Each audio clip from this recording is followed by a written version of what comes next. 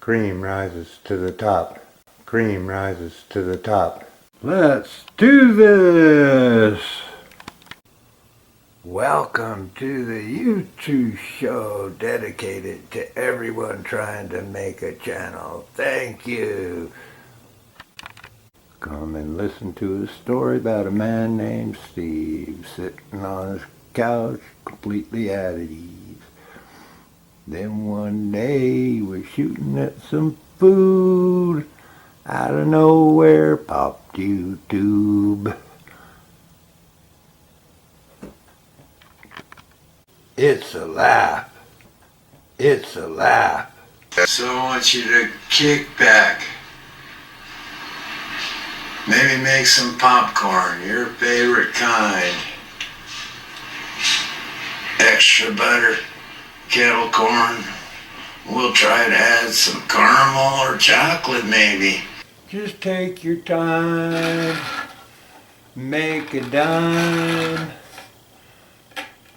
Let's kind of just start with the definition and read it all. Pause it.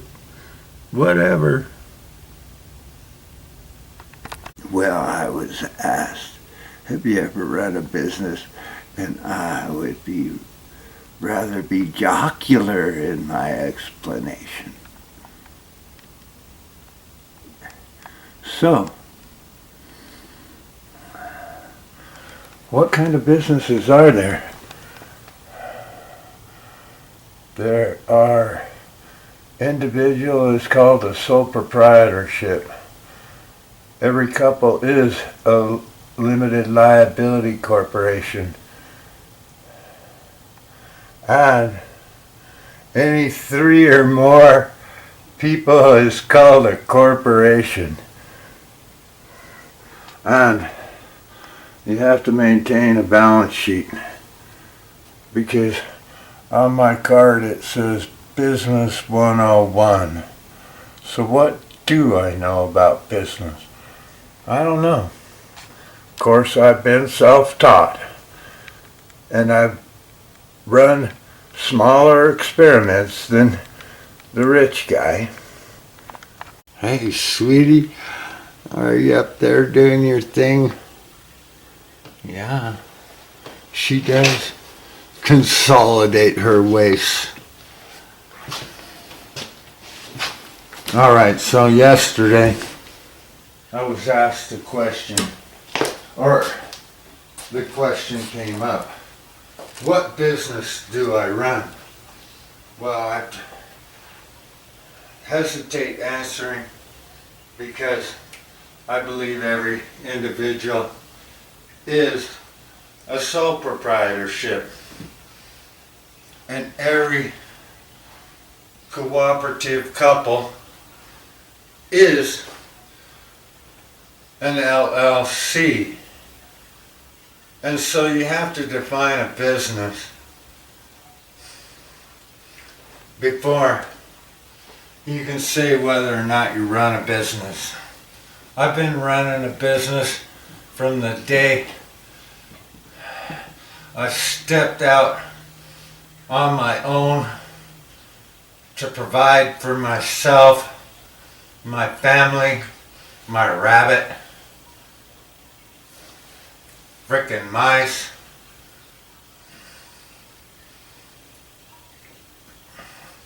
in whatever manner that's pleasing to me. Alright, so YouTube is a business, qualifies under the tax code. So I'm in business right now. Been in business since I contracted myself to a corporation to perform an hourly service. And roofing was by the square. You know, there are a lot of ways to do business. You know? an attempt to write a book is the self-proprietorship of being an author. And how can it be written on the tax code? Well, see, props can be written off. And because it was an expense specifically to improve my looks for my career in YouTube, I could probably figure out how to write it off in the tax code. But do you know what's on the tax code? Schedule C is business. You know, and then there are some things like real estate. How many times in my life, because that's one of the 5 ways to get rich, real estate. Look at President Trump. Only you have to limit yourself to what you can afford so you always remain in profit. So, prosperity comes from the ability to collect assets. Free. I don't know. Supply and demand, what's it worth? To me, it's capable of sewing leather. If I put my Pfaff sewing machine, which I inherited through generational wealth, it was a skill. You know, to make or reupholster seats in cars. Sort of in my long-term business of increasing wealth through sweat equity on automobiles. Second most or highest expense you'll have, the home. Increasing its net worth, equity. How do you think of your life? Everyone's in business. Started when I was mowing lawns. Oh, I had to go out and sell. Are you a salesman? Why do you think this stuff is in here? Grandpa. Road businessman. I explained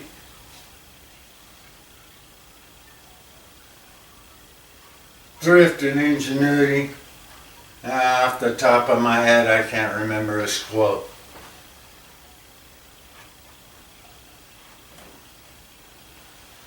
Alright, right, sweetie. So,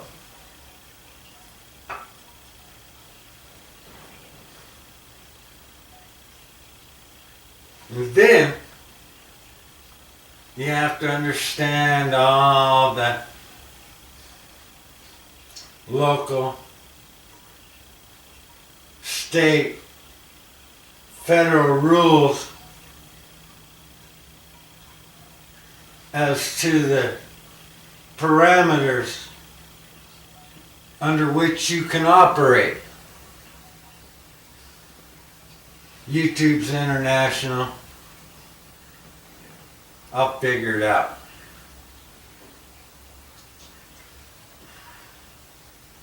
Oops. Don't do that on YouTube. It would be socially unacceptable.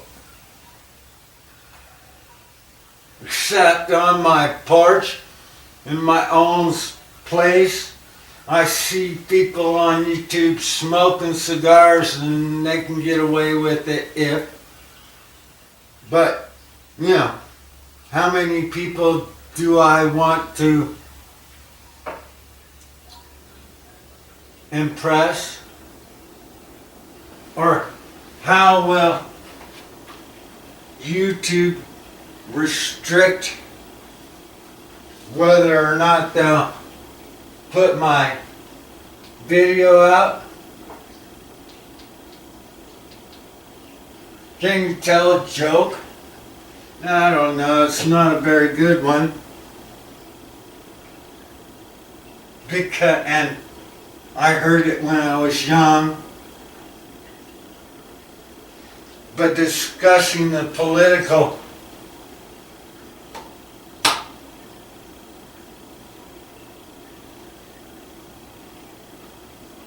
importance of the death penalty, the morals,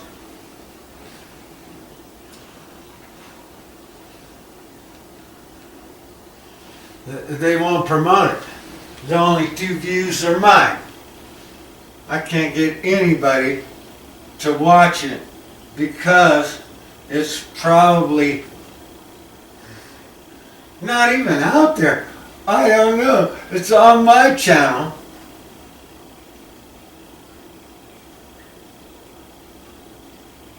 Yeah, I know. It's a real display of the I don't know whether AI is restricting the export of my views. But Sandy and I have discussed, we were afraid of doing anything wrong because there were consequences to our actions. And it's one of those subjects that sparks controversy, extreme controversy, religious implications, and political implications, and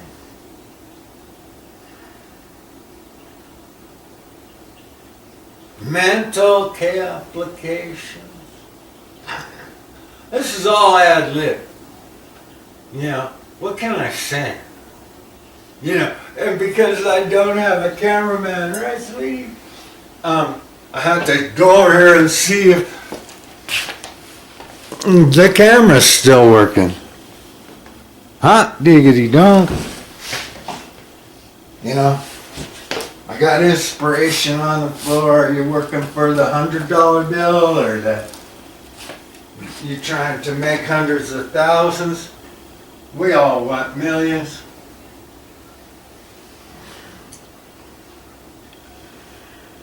The only one that will listen to me and be excited is Sweetie. But don't bring up the Second Amendment. All this stuff has the potential to earn passive income. All right. Woo! Off on a tangent into outer space. My first business was more or less seasonal. I contracted myself out to people for $9.99 a yard. And when I tried to start that business as a LLC with one of my friends at 18, because there weren't too many restrictions, and I have to look into the rules as to what they are now. But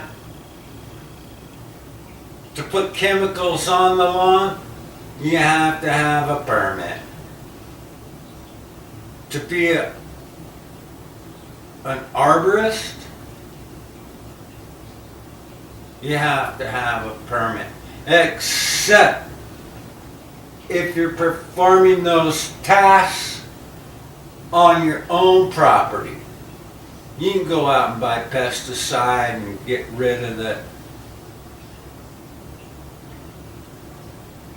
slugs in your yard. You can trim your own trees as long as you'll accept the liability restricted by your mortgage, blah, blah, blah. So, any question that people want a 3-word, 6-word explanation for, all of a sudden becomes very complex. And so if I'm hesitant to answer a question, it's because I'm not sure people have the time for an in-depth answer. Because all a 6-word answer does is, yeah, explain. And then it gets complicated, complex. I've said it a dozen times. The whole freaking project on the porch is extremely complex.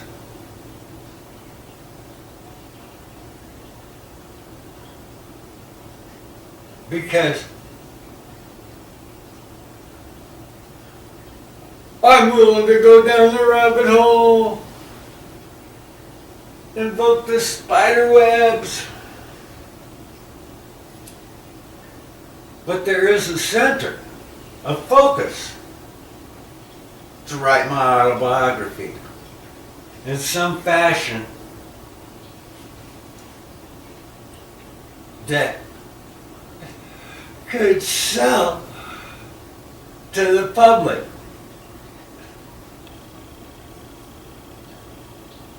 This is where I need somebody to, go back to the topic. But it is all on the same topic, just floating out into one of those tunnels, one of the branches of the web.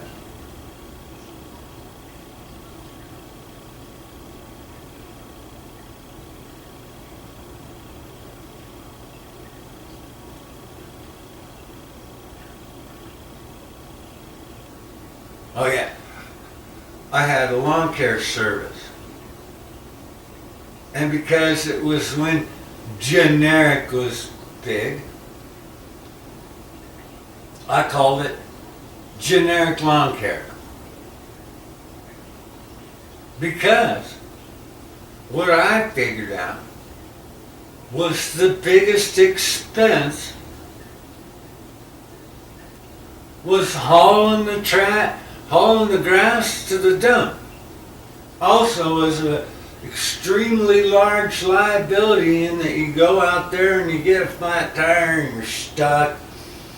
Now you gotta have a trailer to haul that grass away, because boy howdy, you mow 10 people's yards a day because you're a tough young stud. You come up with a lot of waste. But I figured out everybody's paying for their own trash removal. And if I bought generic plastic trash bags that fit the size of my lawnmower exactly and weren't too heavy for the people to carry out, that they could save money on my service because I undercut them by that expense. Boy howdy, I had so much work overnight because, shucky darn, $10 average lawn.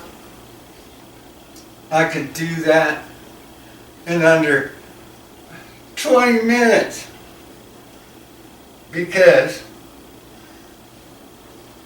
the first problem of arguing what kind of lawnmower between me and Jim he didn't want to do it anymore. And I'm cheap, frugal. However, when it comes to increasing production and me not wanting to physically, well, dang, if you're going to be out there for 8-9 hours, you have to conserve energy.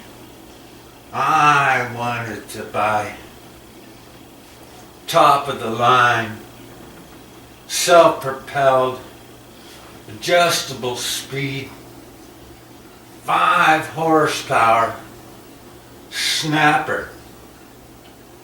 Yeah, I went with the, see, you get into too big a machine that won't go through a gate. But that sucker, you know, keep you healthy if you crank it up and it'll rip through a lawn so fast. Where the push and shove might be good for exercise, lowers production. And yeah, you take a snapper lawnmower and mow 100 yards a week, and it's like putting 100 years worth of use on the average individual's lawnmower. So there'll be some repairs. They go through a lot of gas expense. Make sure it has oil. Sharpen that blade.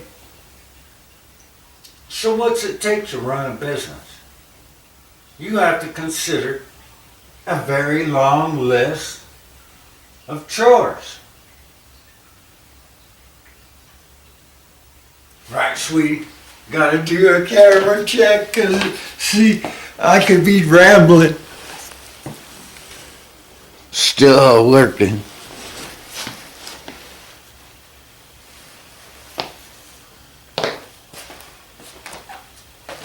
The only problem with that business was it was seasonal. Oh, you know, you can't get people to pay for it except from October, well, no, correction, April 15th about, maybe April 1 to October 15th, give or take. Things can be expanded. Go into snow removal. Well, how many times this year did you honestly have to go out and shovel the snow? People wouldn't really, unless you get a big plow and go commercial. So I thought about, because you're allowed to cut down X amount of Christmas trees. So I go up. You had to have a truck to collect 20 Christmas trees, and I offered them to my clients. This is before a plastic tree, and you know, I've used the same Christmas tree for at least 3 decades, maybe. I don't want to be a liar. Sandy will correct me. My partner in an LLC, which is a business that's operated every day. Even if she's contracted out and I'm receiving X amount of dollars and trying to create passive income. So am I in business? Have I run a business? Well then,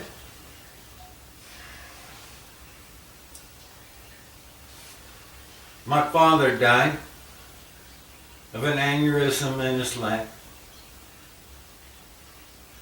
after my mom and dad had moved to Rocky Ford. And because she was hurting, I dropped everything, which at the time was a business.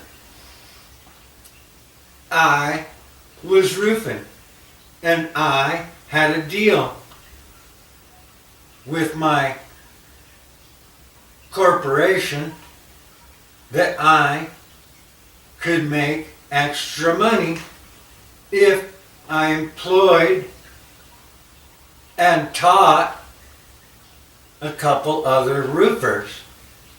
And you know, rather than just making $10 a square, I paid them $9 and took $1 off the top of each one of them.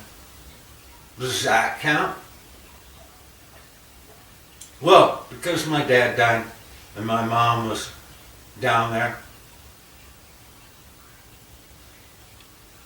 and me being the only one that will go out and, you know, put family first, I went down to Rocky Ford because I believe highly in myself. I'm a damn good roofer. Yeah. Tradesman. But I'll tell you, every piece of real estate ain't worth a darn if it doesn't have a waterproof roof. I mean really waterproof. Not a drop. This was the last roof I did. Except for that one that I put on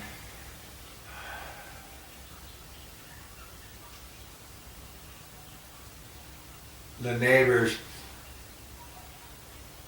alternative dwelling unit. But it was a little, and my carpal tunnel in my hand nailing. Yeah, oh, another off into space. So I went down there, tried to get a job on the roofing crew, and all these guys, oh yeah, you gotta work by the hour. And I'm like, well, I'll work anybody by the hour. I'm not gonna work for $3.25 an hour when I can make over 10. I could hand nail 3-4 bundles an hour in the field. And that would, 3 bundles to a square, $10, $12, or 9, you know. Do the math. A third more. $3.33 So for 13 something an hour with minimum wages, I was cleaning up, at least during the hours I worked. So I said, son of a gun, I'll just put an ad in the paper and advertise myself and call it Experienced Roofing by Steve. And overnight, I started getting calls. I've had every roofer in the county come out and look at this, and they can't find the leak. So it started with leak repair. Then I got my one opportunity when I told the man the codes, the dollar savings, the features and advantages and benefits of how I could roof his house professionally over wood shingles. And because I knew the rules, I understand, I was experienced, and I had the knowledge, more so than most, He said, yeah, if you take 30-pound paper over regular #1 wood and put 30-pound felt on top of it, you can nail a composite shingle on top. However, I'm smart enough to know #1 wood is 10 inches, that it's on space decking. The decking's every 10 inches. And a T-lock, nails are every 10 inches. So if you line them up, not only do you get the fastener through the #1 wood, which is sawn wood, no paper, old school shingles, which can be counted as decking.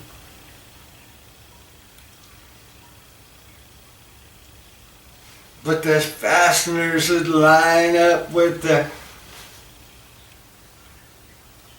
the space decking and suck that baby down and make it perfect. I believe engineers made T-locks for recover on #1 shingle because no one could afford #1 wood anymore. And so he just was unsure. So I said, well, let me roof the little shed. And if you like, well,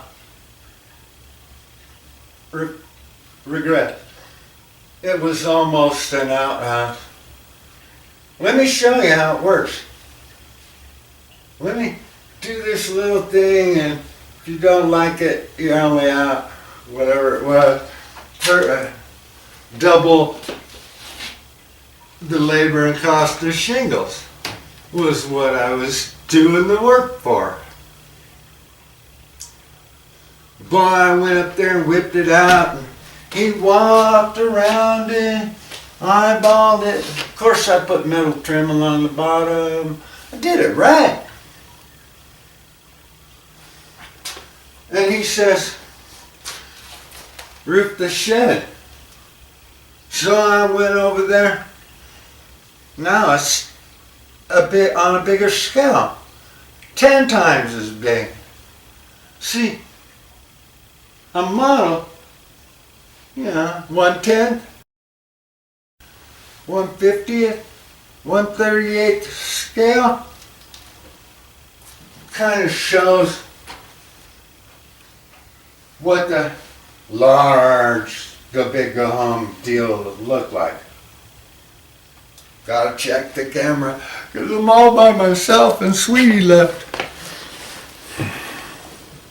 All right, we're still filming. So, I did the shed. Refraining from my habits. And he walked around that thing. And I had to be patient.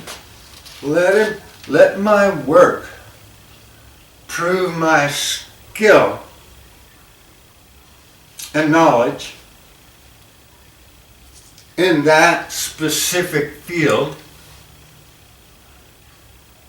And he came back and said, roof the house. And then after that, because it was a small community, and that's, word of mouth is the best advertising, my phone went off the hook. And I could probably tell the whole story of roofing and buying liability insurance and running a roofing business in a small town under the UBC codes of roofing. I have the UBC book. I have probably brought it out a couple times. I have the knowledge in print if I need to reflect upon it.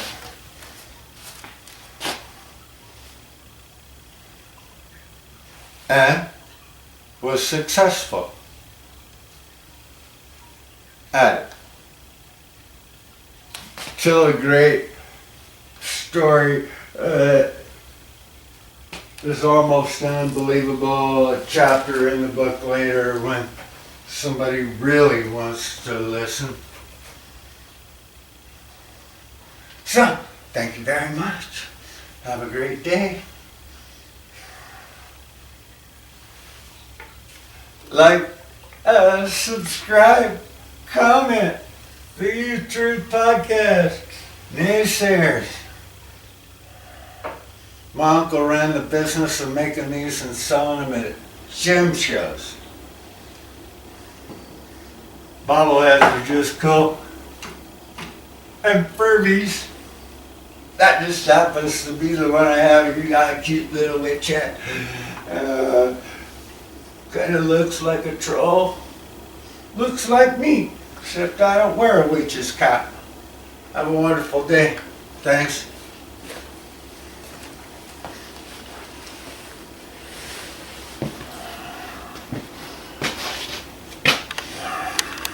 Now, and one last thing, I would like to thank my sponsors. I don't know if you know the props are caught now. Oh, the champagne, and my wife won't use anything else. I prefer a beverage every now and then. Thanks.